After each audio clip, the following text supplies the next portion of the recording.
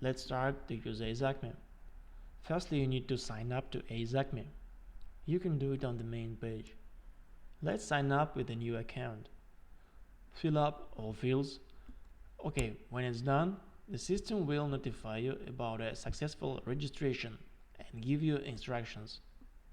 Don't forget to confirm your email. Now let's sign into your AEZAKMI account. Let's go to the Account tab. Here you will find information about the current subscription plan. Notice that every new user automatically have got a trial access for 24 hours. Here on the Account tab, you can prolongate your subscription or buy another plan.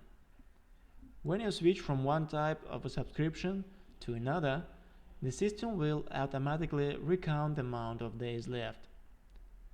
Okay, now let's buy, for example, the CG plan.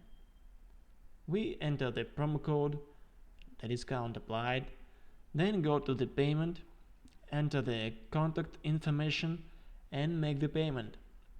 The system will inform you on the successful payment. Now we have the subscription for AEZAKMI. Enjoy it!